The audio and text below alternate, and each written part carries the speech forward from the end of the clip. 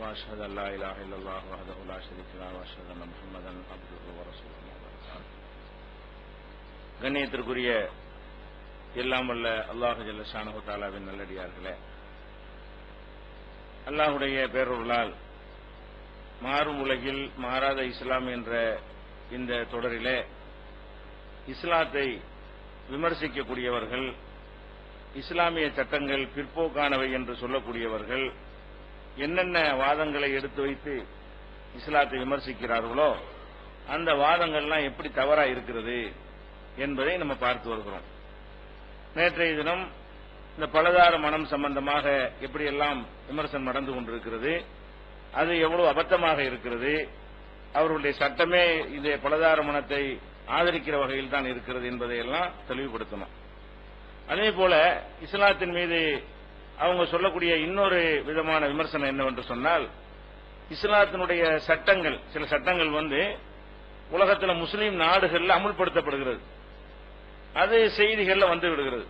அவனுக்கு தூக்கு தண்டனை, இவனுக்கு கையை வெட்டினாங்க, அவனுக்கு சௌகரியம் கொடுத்தாங்கலாம் சில தண்டனைகள் முஸ்லீம் நாடுகள்ல குற்றவாளிகளுக்கு கொடுக்கும் பொழுது அந்த செய்திகள் பேப்பர்கள்ல மீடியாக்கள்ல வரும்போது என்ன செய்யறாங்கன்னா, இது என்ன ஒரு கொடூரமா இருக்கிறது, ஒரு காட்டுமிராண்டித்தனமாக இருக்கிறது, மரண தண்டனை மக்கள் மத்தியில் வச்சு சுடுறாங்க, மக்கள் எல்லாம் பார்த்துட்டு இருக்கும், கழுத்தை வெட்டுறாங்க, அது மாதிரியாக கையை வெட்டுறாங்க, இதெல்லாம் இந்த நவீன காலத்துக்கு எல்லாம் சரியா வருமா? ஒரு மனிதாபிமானம் இல்லாத இது மாதிரியான ஒரு தண்டனை தேவையா? இந்த மாதிரி ஒரு தண்டனை இருக்குது என்று ஒரு மார்க்கம் சொல்லுமையானால் அதை மாற்றத்தான் வேணும். மாற்றிவிட்டு மரண தண்டனை இல்லாத ஒரு புதுமையான ஒரு உலகத்தை நம்ம என்ன செய்யணும், படைக்க வேண்டும் என்றெல்லாம் அறிவுஜீவிகள் சொல்லக்கூடியவர்களும் ஊடகத்தில் இருக்கக்கூடியவர்களும் ஒரு பெரிய ஒரு பிரச்சாரத்தை முன்னெடுத்து செல்கிறார்கள். இதுல சில கருணாநிதி போன்ற அரசியல்வாதிகள் உள்ள சேர்ந்து கொண்டு போற போக்கில் என்ன செய்யறாங்க, இஸ்லாத்தையும் மரண தண்டனை கூடாது, சவுதியில காட்டுமிராண்டித்தனம் செய்கிறார்கள் என்று அறிக்கை விட்டதெல்லாம் நீங்க நினைஞ்சீங்க பார்த்தீர்கள். அப்ப இதுல என்ன பிரச்சனை, இஸ்லாம் சொல்லக்கூடிய இந்த தண்டனை சரிங்கிறீங்களா சரி இல்லைங்கிறீங்களா? இந்த மாதிரி தண்டனை தான் உலகத்துக்கு தேவையா, அல்லது நீங்க சொல்ற மாதிரியான தண்டனைகள் அல்லது தண்டனையே இல்லாத ஒரு உலகம் அதுதான் தேவையா, எதை மாற்றணும் என்பதை தான் நம்ம இன்றைக்கு பார்க்க இருக்கிறோம். பொதுவாக இந்த விமர்சனம் செய்யக்கூடிய யாரா இருந்தாலும் அதை ஒரு நியூஸா ஒரு செய்தியா பார்க்கிறார்கள். ஒருத்தனுக்கு தூக்கு தண்டனை கொடுத்தால் எவனுக்கோ தூக்கு தண்டனை கொடுக்கறாங்க என்று ஒரு நியூஸா ஒரு செய்தியாக அதை பார்க்கிறார்கள். ஒருத்தனுக்கு கையை வெட்டினார்களே ஆனால் யாரோ ஒருத்தனுடைய கையை வெட்டுறாங்க இங்கன்னு பார்த்துக்கொண்டு என்ன செய்யறாங்க, அந்த ஒரு நியூஸ் மாதிரி பார்க்கிறார்கள். அப்படி பார்ப்பதை விட்டுவிட்டு அந்த எதற்காக அவன் தண்டிக்கப்படுகிறானோ அவனால் பாதிக்கப்பட்டிருப்பான்ல ஒருத்தன், கொலகாரனா இருந்தா கொல்லப்பட்டவன் இருப்பான் இல்லையா, அவனுடைய ஒரு அண்ணனாக இருந்து அதை அவர்கள் பார்க்க வேண்டும். நம்ம அவனுடைய தம்பியா இருந்தால், கொல்லப்பட்டவனுடைய தம்பியாக நாம இருந்தால் நம்ம என்ன மாதிரி பேசுவோம்? ஒரு திருடனை கையை வெட்டும் பொழுது திருடனை பார்த்து பரிதாபப்படாம எப்படி பண்ணணும், அந்த திருடு கொடுத்திருப்பான்ல அது நாம இருந்தால், நம்முடைய பணத்தை இந்த மாதிரி கஷ்டப்பட்டு சம்பாதித்து திருடி கொண்டு போயிருந்தால் அது எப்படி இருக்கும் அப்படின்னு சிந்திக்காமல் என்ன செய்யறாங்கன்னு கேட்டா, இவர்களுக்கு அந்த பிரச்சனை நடக்காததுனால, இவர்களுடைய அப்பனோ அம்மாவோ ஆத்தவோ தங்கச்சியோ மகளோ கொல்லப்படாத காரணத்தினால மரண தண்டனை கொடுக்கலாமா என்று பேசுகிறார்கள். இவங்களுடைய சொத்து சுகங்களை எவனும் கொள்ளையடிக்காம இருக்கிற காரணத்தினால இதுக்கு திருட்டுக்காக வேண்டி கையை வெட்டுவீங்களா என்று கேட்கிறார்கள். அப்ப இவர்கள் தங்களுக்கு அந்த பாதிப்பு வராத ஒரு ஏசி அறையில் இருந்து கொண்டு பாதுகாப்பான இடத்தில் இருந்து கொண்டு காவல்துறையுடைய பாதுகாப்பு அல்லது பணத்தை வைத்துக் கொண்டு தேவையான பாதுகாப்புகளை செக்யூரிட்டி ஏற்படுத்தி வைத்துக் கொண்டு இருக்கிற காரணத்தினால் எதுக்கு இந்த தண்டனை? அவனை போய் அந்த தூக்கு தண்டனை கொடுக்கிறவன் என்ன காரணம்? அந்த மன்னருக்கு அவனுக்கு பகையா, சொந்த விவகாரம் ஏற்பட்டு போச்சு அதுக்காக கொடுக்கறானா, என்னத்தை கொடுக்கறான்னு சிந்திக்கணுமா இல்லையா? இந்த அடிப்படையை விளங்காம இருக்கிற காரணத்தினால்தான் இவர்கள் இந்த மாதிரி இஸ்லாம் சொல்லக்கூடிய இந்த தண்டனைகள் கடுமையானவை, கொடூரமானவை, இது தேவையற்றவை என்று சொல்கிறார்கள். முதல்ல நீங்க பார்க்க வேண்டிய விஷயம் என்னன்னு கேட்டா, எல்லா மனிதனும் ஒத்துக்கொள்ளக்கூடிய ஒரு விஷயம் இருக்கிறது. என்ன விஷயம்? ஒரு அமைதியான உலகம் வேணும். எல்லாரும் என்ன செய்யறான், நாட்டில் அமைதி நிலவ வேண்டும். எந்த நாட்டுக்காரனா இருந்தாலும் அவன் வாழுகிற நாட்டில் என்ன வேண்டும் விரும்புறான், அமைதி வேண்டும், அமைதி வேண்டும், அமைதி வேண்டும் என்று எல்லாரும் விரும்புகிறான். இந்த அமைதி வேண்டும் என்று விரும்புகிறான் இல்லையா, அமைதி வேண்டும் என்று விரும்புவதற்கு தான் ஒரு அரசாங்கத்தை நம்ம என்ன செய்யறோம், ஏற்படுத்துகிறோம். இந்த அமைதி வேண்டும் என்பதுதான் நம்முடைய நோக்கமாக இருக்குமே. ஆனால் அமைதி ஏற்படுவதற்காகத்தான் ஒரு அரசாங்கம் அமைய வேண்டும் என்பதை மக்கள் முதல்ல புரிந்து கொள்ள வேண்டும். இவங்களுக்கு தெரியறது இல்ல. ஒரு அரசாங்கத்தை நம்ம தேர்வு செய்யறோம் இல்லையா, எதுக்கு தேர்ந்தெடுக்கிறோம்? இங்க இருந்து வந்தா தான் எந்த சட்டம் சரியானு வழங்கும். ஒரு அரசாங்கத்தை தேர்ந்தெடுக்கிறதுனால நமக்கு எல்லாரும் சோறு போட்டுருவாங்க தேர்ந்தெடுக்கிறோம். அத்தனை பேருக்கு அரசாங்கமா சோறு கொடுக்குது இல்ல. அப்ப ஒரு கண்துடைப்பாக சில நேரத்தில் கொடுப்பாங்க, ஒரு ரூபாய் அரிசி கொடுக்குறாங்க, வேற 20 அரிசி வச்சுக்கலாம் மனிதன் வாழ முடியாது. எவ்வளவு தேவைகள் இருக்கு, மேற்கொண்ட தேவைகள்லாம் இருக்கிறது. அப்ப நம்ம வாழ்வது நம்ம சாப்பாட்டுக்கு நம்ம தான் உழைத்து சாப்பிடுகிறோம். உலகத்துல ஒரு கவர்மெண்டே இல்லைன்னு வைங்க, உழைச்சு சாப்பிட முடியாதா? வேலை பார்த்து சம்பாதிச்சு சாப்பிட முடியாதா? சாப்பிடலாம். அரசாங்கமே இல்லாவிட்டால் கூட நம்ம சாப்பாடு நம்ம சாப்பிட முடியும். ஏன்னா அரசாங்கம் இருக்கும்போது நம்ம தான் உழைக்கிறோம். அரசாங்கம் ஒண்ணு இல்லாத காலத்தில் நம்ம தான் உழைச்சு சாப்பிட வேண்டியிருக்கும். நம்முடைய மருத்துவத்துக்கு நம்ம தான் பொறுப்பாளியா இருக்கணும். பேருக்கு அரசு மருத்துவமனை வைத்திருப்பார்களே தவிர எல்லாத்துக்கும் ஒரே கலர்ல தண்ணியை கொடுப்பாங்க, அவ்வளவுதான். தானா நான் கூட்டு மாத்திரை வச்சிருப்பாங்க, அனைத்துக்கும் அதுதான் கொடுப்பாங்க. இது மாதிரி மக்களை கண்துடைக்கிறதுக்காக வேண்டி அரசாங்க மருத்துவமனை இருக்குமே தவிர அதுல போய் சாதாரண ஒண்ணுமில்லாத கூட ஒரு நுழையிறதுக்கு வைக்கப்பட்டு கூசுற அளவுக்கு அவ்வளவு சுத்தமாகவும் அவ்வளவு சுகாதாரமும் இருக்கும். நம்ம மருத்துவத்தை நம்ம தான் பார்த்துக் கொள்ள வேண்டியிருக்கிறது. நமக்குடைய நோய் நொடிகள் வறுமையானால் நாம தான் பார்த்துக் கொள்ள வேண்டியிருக்கிறது. சில அந்த காப்பீடு இந்த காப்பீடு திட்டத்தை கொண்டு வந்தால் கூட அனைத்து நோய்களுக்கும் உள்ள காப்பீடாக இருக்காது. அந்த நோய்க்கு முழு செலவையும் ஏற்றுக்கொள்ளக்கூடிய வகையில அந்த காப்பீடுகள்லாம் இல்ல. சின்ன அளவுக்கு அது உதவி செய்யக்கூடியதா இருக்கும். ஒரு குடும்பத்துக்கு ஒரு ஆளுக்கு தான் செய்யறான், 5 பேருக்கு நோய் வந்தா என்ன பண்றது? மீதி 4 பேர் அவன் தான் பார்க்க வேண்டி இருக்கிறது. அப்ப மருத்துவத்துக்கும் ஒரு அரசாங்கம் என்ன செய்யாது, பொறுப்பேற்காது. அனைவருக்கும் அரசாங்க வேலையா இருக்குது. கவர்மெண்ட் ஜாபுங்கிறது 1% 1/2% பேருக்கு இருக்கும், அவ்வளவு கூட இருக்காது. 1000த்துல ஒருத்தன் அரசாங்க வேலையில் இருப்பான். மீதி உள்ளவன்லாம் எங்க வேலை பார்க்கிறோம்? நம்மளா தொழில் பண்றோம், கடையில சம்பளத்துக்கு இருக்கிறோம், ஏதாவது வியாபாரத்தை பண்றோம், நம்ம தான் பாத்துக்கிறோமே தவிர அரசாங்கமா எல்லாத்துக்கும் வேலை கொடுக்குது. அப்ப வேலை கொடுக்கறதுக்கு அரசாங்கம் இல்லை, சோறு போடுறதுக்கு அரசாங்கம் கிடையாது, வேலை கொடுக்கறதுக்கு அரசாங்கம் கிடையாது. அது மாதிரி மருத்துவ உதவி அனைவருக்கும் செய்வதற்கு அரசாங்கம் கிடையாது. படிப்பு தருவதற்கு அரசாங்கம் நடத்துற படிப்போட தனியார் படிப்பு நல்லா இருக்குங்கிறாங்க.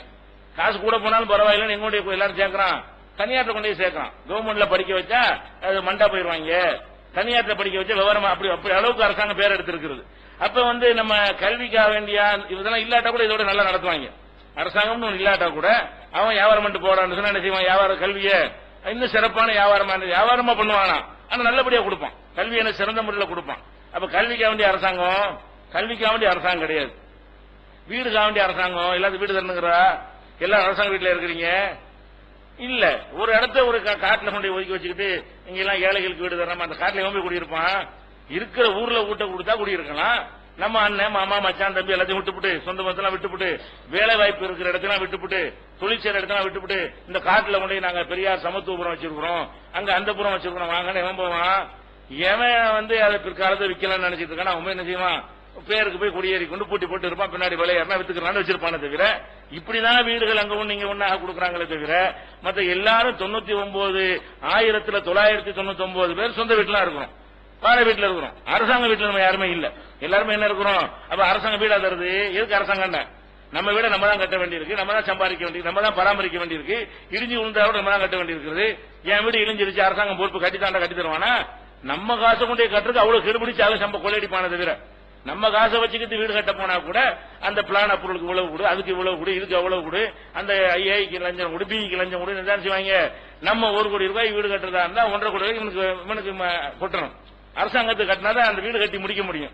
அப்ப வீடு நம்ம வீடு கட்டுறது அவனும் கட்டி தர மாட்டேங்கிறான், நம்ம காசுல கட்ட விடுறான், அவ்வளவு கொள்ளடிக்கிறானு. கவர்மெண்ட் என்ன செய்யறது?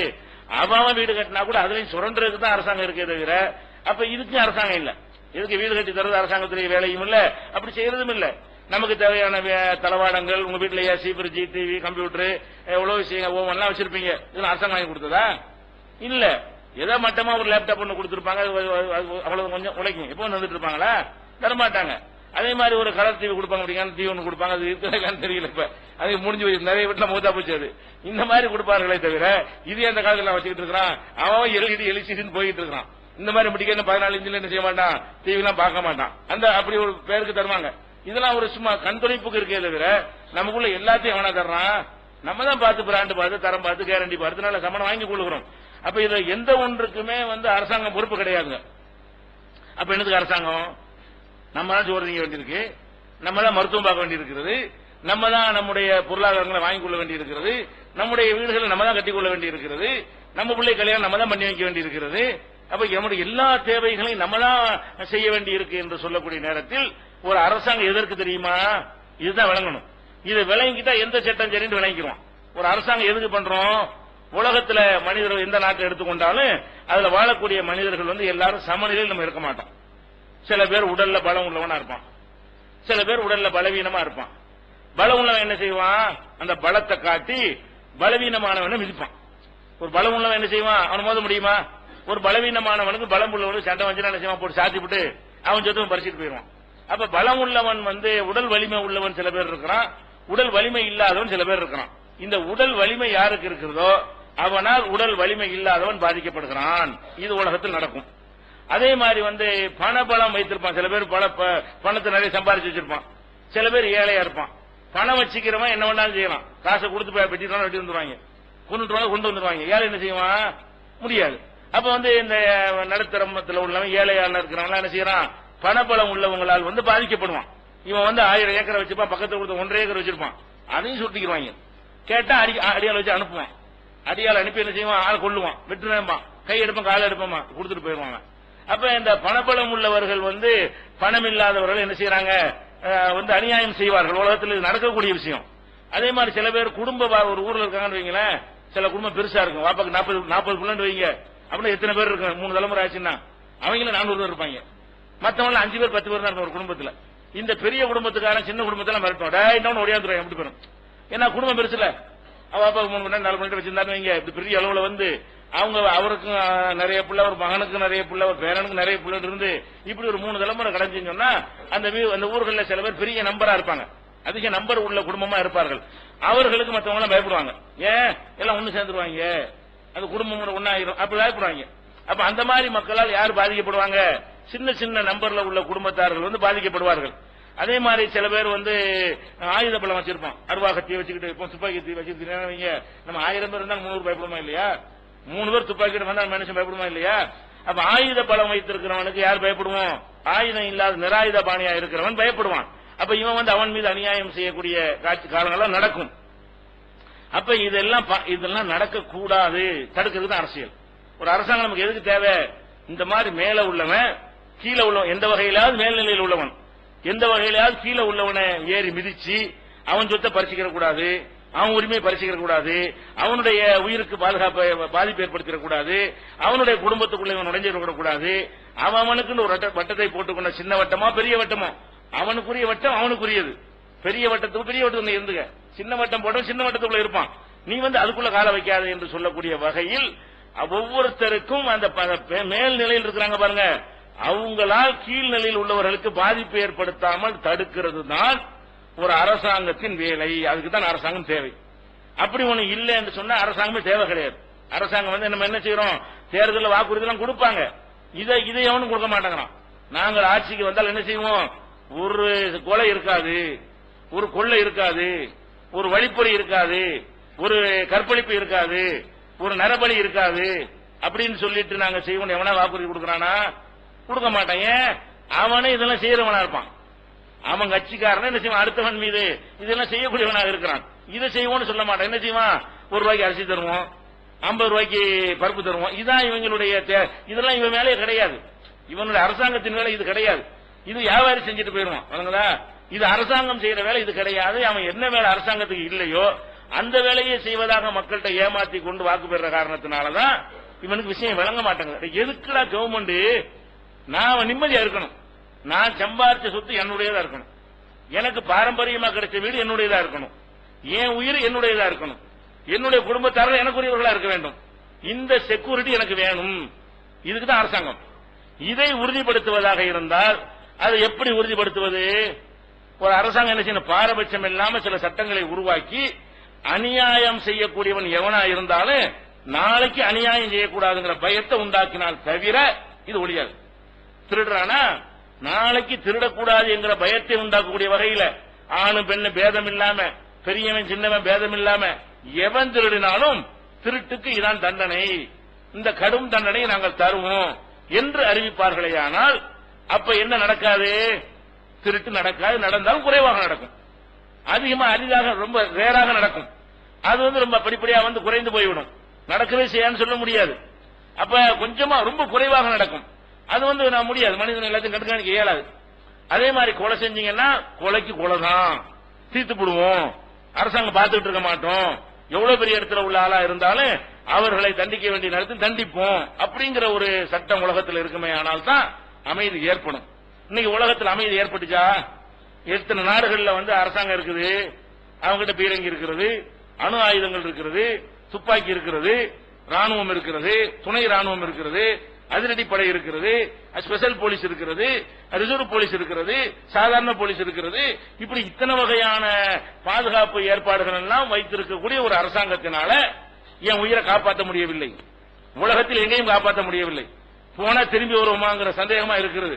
பேப்பரை பார்த்தா எது கொள்றான்னு தெரிய மாட்டேங்குது. அப்ப அந்த மாதிரியான ஒரு நிலையில் மக்கள் இருக்கிறார்களே, அதை பாதுகாக்கிறது தான் அரசாங்கத்தின் வேலை என்று சிந்தித்து பார்த்தார்களே. ஆனால் அப்ப என்ன செய்யணும் அவருக்கு புத்தி வரும். எதுக்காக வேண்டிய அரசாங்கம் அதான் சோறுலாம் கொடுக்குறாங்கல்ல, அதான் ஒரு ரூபாய்க்கு அரிசி தர்றாங்கல்ல போனீங்க என்று சொன்னா என்னவாகாது, அது புரியாது. அப்ப அரசாங்கம் இந்த மாதிரியான வேலைகளை அவங்க செய்யணும். உதாரணமா பார்த்தோமே ஆனால் நபிகள் நாயகம் ஸல்லல்லாஹு அலைஹி வஸல்லம் அவங்க என்ன செய்யறாங்கன்னா, அவங்க இருக்கும் பொழுது ஒருத்தர் வர்றார்.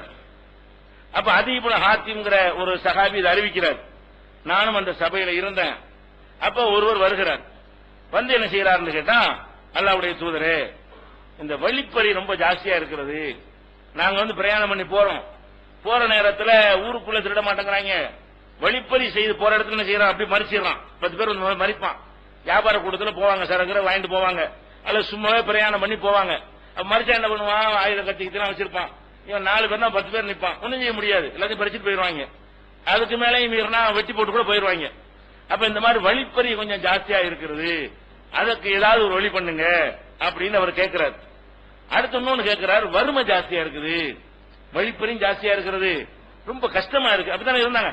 ஒரு பேரிச்சம்பழம் கூட கிடைக்காம, ஒரு உடைக்கு மாற்று உடை கிடைக்காம, ஒரு துணியை போர்த்து கொண்டு அந்த காலத்து மக்கள் வாழ்ந்தார்கள். அப்ப எங்களுக்கு ரொம்ப வறுமையாகவும் இருக்கிறது, வழிப்பறி, இந்த 2 பேட்டர் எங்களுக்கு பெரிய பிரச்சனை அப்படின்னு ஒருத்தர் முறையிடுறாரு. அப்ப ரசூல் ஸல்லல்லாஹு அலைஹி வஸல்லம் என்ன செய்யறாங்கன்னா, அந்த பக்கத்துல அதி இப்னு ஹாத்திம் இருக்கார்ல, அவரை கூப்பிடுறாங்க. அவர் இருக்காரு. இருக்கும்போது, அதி அவர்களே, உங்களுக்கு இந்த ஹீராங்கிற ஊர் தெரியுமான்னு கேட்கிறாங்க. இவர் கேள்வி என்ன கேட்கிறாரு, வழிப்பறின்னு அவர் சொல்றாரு. ரசூல் ஸல்லல்லாஹு அலைஹி வஸல்லம் அவருக்கு பதில் சொல்லாம பக்கத்துல இருந்து அதி இப்னு ஹாத்திமை கூப்பிட்டு, இந்த ஹீராண்டு ஒரு ஊர் இருக்கு தெரியுமான்னு கேட்கிறாங்க. அது பாரசீகத்துக்கு பக்கத்துல ரொம்ப தூரத்தில் இருக்குது. அந்த ஊரை சொல்லி கேட்கிறாங்க.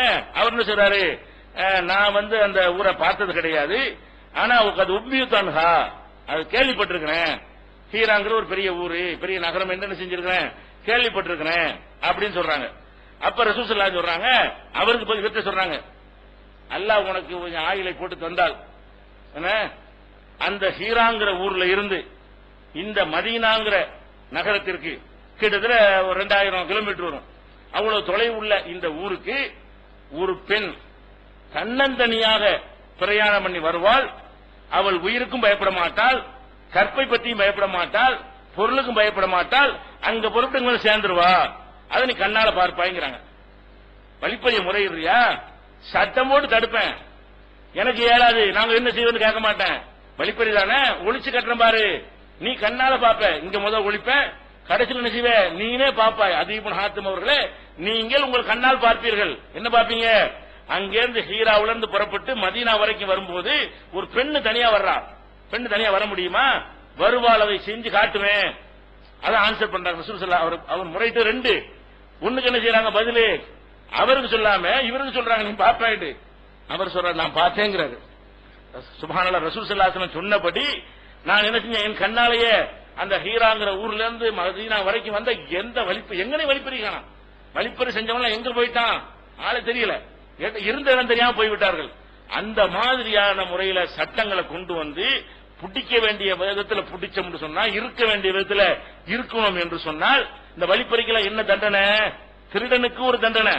இந்த மாதிரி சமூக விரோத செயல்களை கூட்டமா திட்டமிட்டு செய்யறாங்க பாருங்க, அவங்களுக்கு வேற ஒரு தண்டனை மார்க்கத்தில் இருக்கு. என்ன மார்க்கம் என்ன இருக்குன்னு கேட்டா, யார் இந்த மாதிரி சமூக விரோத செயல்கள்ல அல்லாஹ் ரசூலுக்கு எதிராக போர் செய்கிறார்களோ அவங்களுக்கு சட்டம் என்னன்னு கேட்டா, இன்னமா ஜஸாஉல்லதீன யுஹாரிபூன அல்லாஹ வ ரசூலஹு, அல்லாஹ் ரசூலுக்கு எதிராக போர் செய்கிறார்களே, சமூக விரோத செயல்களில் ஈடுபடுகிறார்களே, அவர்களுக்குரிய தண்டனை என்னவென்று சொன்னால், அவர்கள் சிலுவையில் அறையப்பட வேண்டும், அல்லது மாறுகை வெட்டப்பட வேண்டும். ஒரு இந்த பக்கம் வலது கையை வெட்டினா அந்த பக்கம் இடது காலை வெட்டணும், கிராஸா. இந்த கையை வெட்டினா இந்த காடு, இந்த கையை வெட்டினா இந்த காலு. அப்ப என்ன செய்யணும்? சமூக விரோத செயல் செஞ்சாங்கன்னு சொன்னா ஜெயில பிடிச்சி 6 மாசம் சோறுலாம் கொடுக்க மாட்டேன். செஞ்சா என்ன செய்வேன்? மாறுகால் மார்கை வெட்டுவோம், அருளி நாடு கடத்துவோம். இங்க இருக்க இந்த நாட்டில் இருக்க முடியாது, இந்த மாதிரி வேலையை செய்து கொண்டு இந்த நாட்டில் இருக்க முடியாது என்று அல்லாஹ் சொன்ன பிரகாரம் நபிகள் நாயகம் ஸல்லல்லாஹு அலைஹி வஸல்லம் அவர்கள் அதிரடி நடவடிக்கையில் இறங்கினார்கள். இந்த வழிப்பறியத்தான முறையிடுற வழிப்பறிங்கிற சமூக விரோத செயல், கூட்டாக திருடுறதுங்கிற விஷயம் வேற, பூந்து தடுத்து ஓடி போய் விடுது, இதெல்லாம் ஆட்களை அடிச்சு தாக்கி விட்டு இந்த மாதிரி செய்யக்கூடிய விஷயம். இந்த வசனம் கூட எதுக்கு இறங்குன்னு கேட்டா, நம்ம ஏற்கனவே சொல்லி இருக்கிறோம். அந்த ஒரு கூட்டத்தார் வந்தாங்க, உடம்பு சரியில்லைன்றாங்க, இஸ்லாத்தை ஏத்துக்கிட்டோம், பள்ளியாசல தங்க வச்சிருந்தாங்க, ஒட்டகத்தின் பாலெல்லாம் குடிக்க சொன்னாங்க, குடிச்சாங்க, ஆளை கொண்டு ஓடி போயிட்டாங்க இல்லையா? அவங்களுக்கு தான் அந்த வசனம் இறங்குனது. இவன் திருடம் கிடையாது, இவன் யுத்தம் செய்யறான், ஒரு டைப்பான சமூக விரோத செயலில் ஈடுபடுறான், இவனுக்கு இதைத்தான் செய்யணும் என்று நினைச்சாங்க. ரசூல் ஸல்லல்லாஹு அலைஹி வஸல்லம் இந்த தண்டனையை அமுல்படுத்தினார்கள் அப்படின்னு நசையில் ஆதாரப்பூர்வமான செய்தி இருக்கிறது.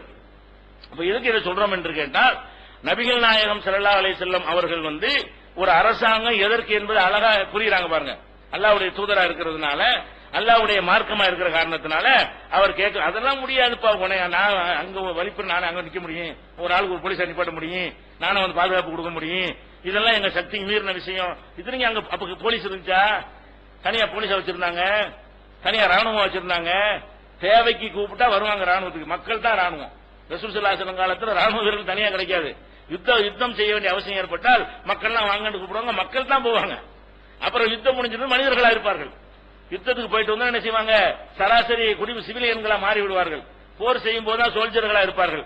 இப்படியான ஒரு நிலைப்பாட்டில் தான் ரசூல் ஸல்லல்லாஹு அலைஹி வஸல்லம் காலத்துல மக்கள் இருந்தார்கள். ராணுவமே இல்ல, ராணுவம் தனியாக ஒன்று இல்லாத ஒரு நிலையை வைத்துக் கொண்டு எப்படிப்பட்ட நிர்வாகத்தை கொடுத்தாங்க? சொன்னபடி வழிப்பறினா என்னன்னு கேட்கிற அளவுக்கு 2000 கிலோமீட்டர் வழிப்பறி இல்ல, தனியா வரலாம். இன்னைக்கு மண்ணடியில இருந்து திருவள்ளிக்கணி போக முடியுமா? ஒரு மணிக்கு ஒரு பொம்பளை, ராத்திரி நள்ளிரவு 1 மணிக்கு இங்க இருந்து திருவள்ளிக்கணி 1 மணிக்கு ஒரு பொம்பளை போயிட்டு வர முடியுமா? உன்ன ஆளை காலி பண்ணுவாங்க, இல்ல கற்ப காலி பண்ணுவாங்க, நகநட்டு ஓடிவாங்க, ஏதாச்சும் செய்வாங்க. அப்பதான் செய்யறாங்களா? அதை விட்டு சொல்லுங்க. கூட்டமா போகும்போது, பஸ்ல போகும்போது, நடந்து போகும்போது, டூ வீலர் படிச்சுட்டு போயிடறாங்க, கீழே போயிடுறாங்க. என்ன நடக்குதுங்க? நீ தன்னந்தனியா ராத்திரில நீ பாதுகாப்பு கொடுக்க வேணாம்.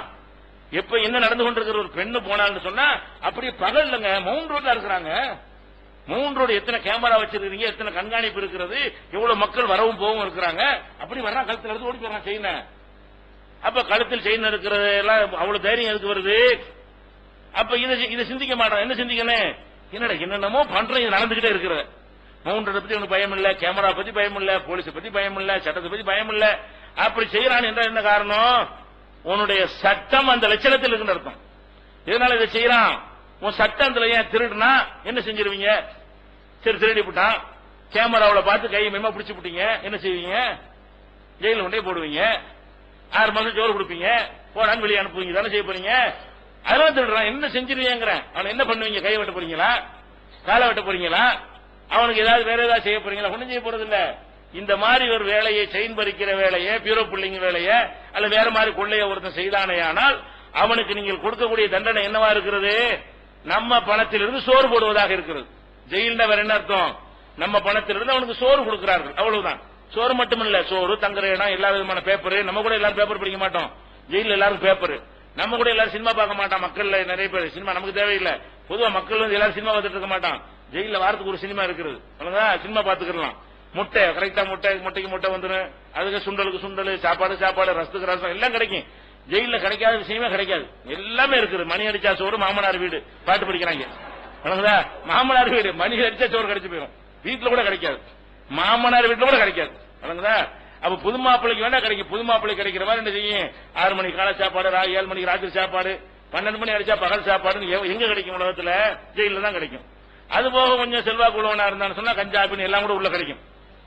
சோறு மாத்திரம் கிடைக்காது, கொஞ்சம் செல்வாக்கு விற்கவனா தானே செய்யும். அது கூட என்ன வேண்டாலும் சமூகம் அதுவும் கிடைக்கும். இன்னும் கொஞ்சம் செல்வாக்கு இருந்தா அவன் இடத்துல வேற ஒரு உட்கார வச்சு அனுப்பி பொம்பளைட்டு போக சொல்லி வருவாங்க. சிரிக்கிற நடந்து கொண்டு இருக்கிறது. ஜெயில் அதிகாரிகள் உடந்தையாக இருந்தால் அவனுக்கு மனைவி விட்டு போவதற்கு, வேற மாதிரி போவதற்கோ ஏற்பாடு செஞ்சு உள்ளதான் இருக்கான் ரெக்கார்டு பண்ணி காலைல 4 மணிக்குள்ள வந்துரு அப்படிங்கிற ஒரு அண்டர்ஸ்டாண்டிங்ல வெளியே அனுப்பிட்டு இருக்கக்கூடிய விஷயங்களும் நாட்டில் நடக்கிறது. என்ன ஜெயில்? அப்புறம் என்ன ஜெயிலு? அவன் என்ன செய்வான்? இதுதானே செய்ய போறீங்க, போங்கடா கேமரா வச்சா என்ன மாட்டினா என்ன செய்ய போறீங்க? மாட்டலன்னா அவ்வளவு லாபம், மாட்டினா 6 மாசம் சோறு லாபம், 2 லாபம் தானே. ரெண்டு நஷ்டம் இல்லையா? மாட்டலன்னா அப்படி 20 பணம் எடுத்துக்கலாம். மாட்டிட்டோம்னு சொன்னா சோறு 6 மாசத்துக்கு சம்பாதிக்க தேவையில்லை. அப்ப இந்த மாதிரியான ஒரு சட்டத்தை நீங்கள் வைத்துக் கொண்டிருந்தால் எப்படி போல? இது நல்லது, எது நல்லது? உடிச்சு ஒரு கையை வெட்டுனா அப்புறம் திருடுவான அவன், அந்த கை தானே திருடுது. இதோட வெட்டி தள்ளுங்க, பாக்குறவனுக்குலாம் திருட்டு போய் அப்ப அவன் திருட மாட்டான். ரெண்டு இடது கை கொண்டு கூட திருட மாட்டாங்க. நம்ம கேர்ஃபுல்லா இருப்போமே, திருடன் பாரு அப்படி தெரிஞ்சு வருமா இல்லையா? அது ஊரறிய உலகறிய வெட்டுவாங்க.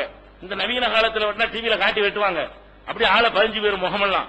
அப்ப இந்த மாதிரி ஒரு 4 பேருக்கு செஞ்சோம்னு சொன்னா நம்ம திருடனோம்னா கையை வெட்டிடுவாங்கன்னா திருடுவானா? இந்த மவுண்ட் ரோட்ல போகும்போது சங்கிலியை பறிப்பானா? அப்ப உங்களுடைய சட்டம் எந்த சட்டம் தேவைங்கிறீங்க? நாங்க என்ன விரும்புறோம்?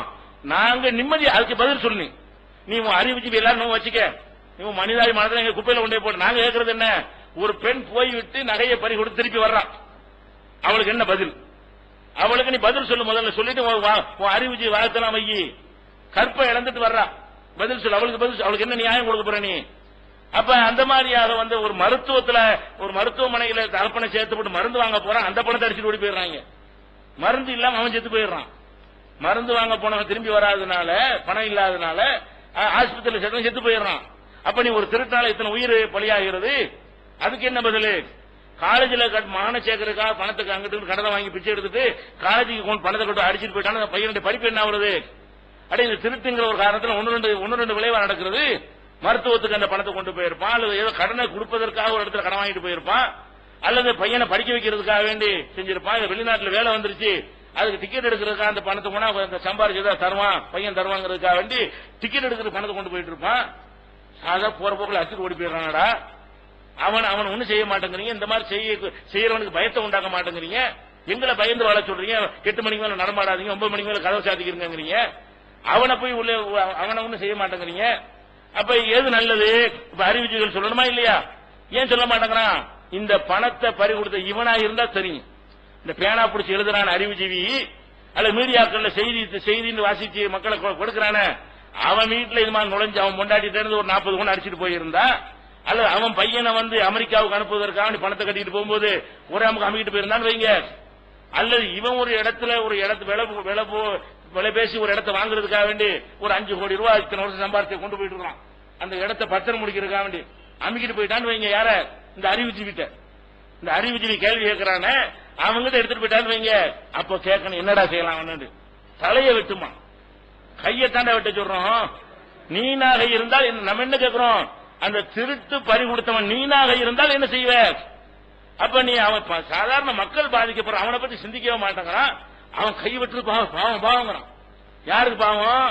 ஒரு அயோக்கியனுக்கும் அநியாயக்காரனுக்கு அக்கிரமக்காரனுக்கு பரிதாபப்படுறான. யாருக்கு பரிதாபப்படணும்? எங்களுக்கு பரிதாபப்படணும். திருட்டு கொடுத்தவனுக்கு பரிதாபப்படணும், பாதிக்கப்பட்டவனுக்கு பரிதாபப்பட வேண்டும். அப்ப அந்த மாதிரி இல்லாம என்ன செய்கிறார்கள்? இவங்களுடைய நிலைமை எல்லாம் இருந்து கொண்டிருக்கிறது. அப்ப ஒரு திருட்டுக்கு இஸ்லாம் என்ன சொல்கிறது? அஸ்ஸாரிக்கு ஃபக்து ஐதீஹுமா, நீங்கள் திருடக்கூடிய ஆணா இருந்தாலும் பெண்ணா இருந்தாலும் அவங்களுடைய கைகளை வெட்டுங்கள். குர்ஆனுடைய சட்டம் என்ன? திருடினார்களே ஆனால் 5வது அத்தியாயத்தில் 38வது வசனத்தில் எல்லாம் சொல்லி காட்டுகிறான், திருடக்கூடிய ஆணா இருந்தாலும் சரி பெண்ணா இருந்தாலும் சரி கையை வெட்டிடும். அப்ப எப்ப திருட்டு நடக்கும்? 1-2 நடக்கும். வருஷத்துக்கு 1-2 வருஷத்துக்கு நடக்கும், டெய்லியா நடக்கும். ஒரு நாளைக்கு 100 கணக்கில் 200 கணக்கில் நடக்குது. இன்னைக்கு நாட்டில் பேப்பர்ல செய்திகள் கம்மியா இருக்கும், அதை விட ஜாஸ்தியா நடந்து கொண்டிருக்கிறது. எல்லா திருட்டும் நியூஸ் ஆவது கிடையாது. நிருபர்கள்ட்ட கேட்டு தெரிஞ்சா எழுதுனா நியூஸா வரப்போகிறது.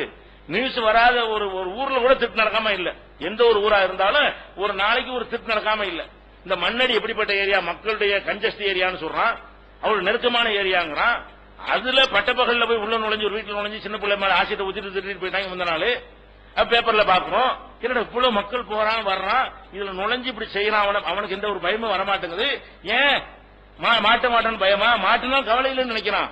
கை போயிருந்தா செய்வானா? மாட்டணும்னு வைங்க, கை போனா அவ்வளவு முடிஞ்சு வச்சு எதுவுமே செய்ய முடியாது. ஒழுங்கா சாப்பிட முடியாது, சந்தோஷமா இருக்க முடியாது, பிடிக்க முடியாது, ஒண்ணுமே மொத்தம் போயிருமே. கை போனுச்சுன்னா அவ்வளவுதானே. என்ன அவனுக்கு செயல்பாடு இருக்கு? பாதி மனுஷனா தான் போயிருவான்.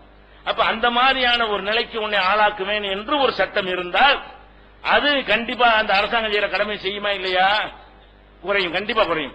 இந்த சட்டத்தை அவங்க செய்யாத வரைக்கும் இவங்க அறிவுஜீவி எழுதிட்டு இருக்கணுமே தவிர திருட்டு அதிகரிச்சு தான் நாளுக்கு நாள் அதிகரிக்குது. இவங்க எழுத ரொம்ப அதிகரிக்குது. ஏன்? அந்த சட்டம் கொண்டு ஒரு அரசாங்கம் நினைச்சாலும் இவங்க உட்கார்ந்து என்ன செய்யறாங்க? இதெல்லாம் காட்டு மிராண்டித்தனம். நம்ம என்ன காலத்தில் வாழ்கிறோம்? நாகரிக காலத்தில் வாழ்கிறோம். இந்த காலத்தில் போய் ஒரு மனுஷனுடைய கையை வெட்டுவதா? இது பேசுறானுவ. இது பார்க்க நல்லபடியா அறிவுபூர்வம் மாதிரி பேசுறானுவ.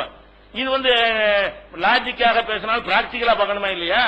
நடைமுறையில உனக்கு நடந்தா என்ன, எனக்கு நடந்தா என்னன்னு பார்க்கணுமா இல்லையா? அப்ப என்னடா நடந்து நாட்டுல எல்லாம் பயந்து வாழ சொல்றீங்களா? அப்ப கெட்டவன்லாம் திமுற அலையன்னு நல்லவன்லாம் பயந்து வாழணுமா? நீங்க சொல்ற என்ன வர்றாங்க? நல்லவன்லாம் வீட்டுல அடங்க, கெட்டவனுடைய ராஜ்யமா இருக்கட்டும் நாடு. கெட்டவன் அப்படிதான் சுத்துவான், கத்தி வச்சுதான் செய்வான். நீ தான் வெளியே போகாம இருக்கணும். கத்தியை புடுங்கடான்னு கேட்டா அவன் கத்தி வச்சுதான் பண்ணி பாரு, நீ வீட்டுல அடங்கி கேட்கறான். அரசாங்கம் நமக்கு என்ன அறிவுரை சொல்றான்? நீ வீட்டுக்குள்ள அடங்கி இருந்துக்க, 8 மணிக்கு மேல வெளியே போவாத, கதவு திறந்து போடாத, கதவு திறந்து போடாத, எக்ஸ்ட்ரா பாதுகாப்புக்கு சொல்லிக்கலாம். நீ செய்ய வேண்டிய வேலை ஃபர்ஸ்ட் வேலை நீ செய்யா இல்லையா? செய்ய மாட்டேங்கிறான். அப்ப இதுல சட்டம் தப்பா இருக்குது. எதனால போலீஸ் செய்ய முடியல? நீதிபதி தீர்ப்பளிக்கிறார், அவராவ அளிக்கிறாரு, எழுதி வச்சுக்கிறான் அளிக்கிறார். அவரு சட்டத்தில் அப்படிதான் இருக்குது. என்ன செய்யணும்? அவர் விரும்பினா கூட கையை விட்டு சொல்ல முடியுமா? அவர் என்ன திருட்டுக்கு என்ன எழுதி வச்சுக்கிறான்? ஜெயில போடுன்னு எழுதி வச்சுக்கிறான். ஜெயில போட்டார், அவ்வளவுதான். முடிச்சுட்டு ஜெயில போயிட்டு வறுமை எப்படி வர்றாங்க? அது ரொம்ப முக்கியம். திருட்டு அதிகரிக்க காரணம் என்னன்னு கேட்டா, ஒரு திருட கையை விட்டா அவன் அசம்பிள் ஆகுறதுக்கு சங்கம் அமைக்கிறதுக்கு வழி இல்லைங்க. இங்க ஒரு திருட, அங்க ஒரு திருட, அங்க ஒரு போட்டு ஒன்னா கொண்டு அடைச்சு போட்ட உடனே அவன் ஒவ்வொரு டெக்னிக் அடுத்தால் பரிமாறிக்கிறான். 10 பேர் மசோரா பண்ணி என்ன செய்யறான்? பல டெக்னிக் கத்துட்டு வெளியே வர்றான். முதல்ல ஒரு வகை தான் அவனுக்கு தெரிஞ்சிருது. ஜெயிலுக்கு போறதுக்கு முன்னாடி ஏதோ ஒரு வகையில் இப்படி கையை விட்டு திருடுறது, அல்ல ஜன்னலை உடைச்சு திருடுறது, அல்ல பிக் பாக்கெட் அடிக்கிறது, அல்ல செயின் அடிக்கிறது, 1-2 கத்து வச்சிருந்தாங்க. உள்ள போயிட்டு வந்தான்னு சொன்னா 10 கத்துக்கிட்டு வர்றான். ஏன் 10 பேருக்கு இவன் கத்து கொடுத்துட்டு இவனுக்கு கத்துக்கொண்டு பல்கலைக்கழகமா இருக்குது. யாருக்கு? கிரிமினல்களுக்கு. சிறைச்சாலை என்பது கிரிமினல்களை எப்படி கிரிமினல் குற்றத்தை செய்வது என்பதை படித்துக் கொடுக்கக்கூடிய சாலையா இருக்குதா இல்லையா?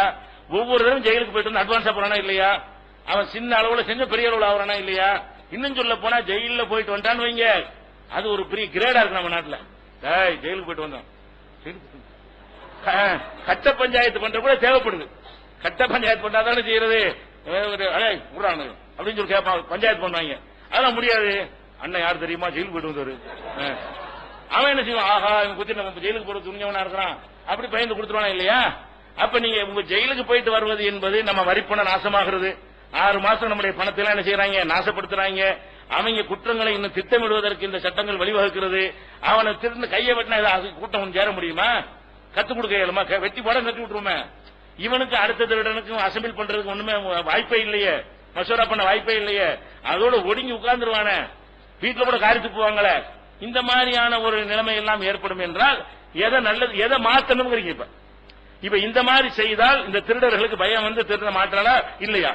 அல்ல உங்க சட்டத்தின் மூலம் திருட்ட ஒழிச்சு காட்டுங்க. 2ல் 1 செய்யணும். நீங்க சொல்வதுதான் சரி என்று சொன்னால் நாங்க மாறிக்கிற ரெடியா இருக்கணும். என்ன செய்யணும்? நாங்கள் திருடர்களுக்கு இந்த சோறு தான் போடுவோம், திருட்ட ஒழிச்சு காட்டுறோம் சொல்லி பார்ப்போம். அது செஞ்சு காட்டுமா இல்லையா? கூட்டிக்கல போகுது, நாளுக்கு நாள் அதிகரிக்குதே. அப்ப நாளுக்கு நாள் அதிகரிக்கணும், சட்டம் சரியில்லைன்னு அர்த்தம்.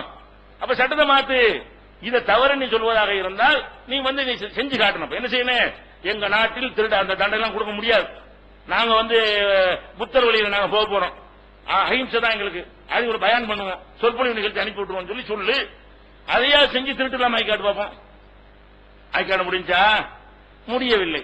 புத்தர்களா இருக்கிறோம், சைவமா இருக்கிறோம் நாடுகளையும் அதிக அதே அளவுதான் குற்றங்கள் நடந்துகிட்டு இருக்கிறது. ஈயரும்பு கூட தொல்லை கொடுக்க கூடாதுன்னு சொல்லக்கூடிய நாடுகள் என்ன செய்யறது? இதே வேலைதான் நடந்து கொண்டிருக்கு. மனுஷனா தான் இருக்கிறான். அப்ப மனிதன்ல கெட்டவன் ஒரு கணக்கு இருப்பான், எல்லாத்தையும் கடந்தவன் ஒரு சின்ன நம்பர்ல இருப்பான். அவனை அடிக்க வேண்டிய இடத்துல அடிக்கணுமே தவிர அவனை சராசரி மனிதனா பார்க்க கூடாது.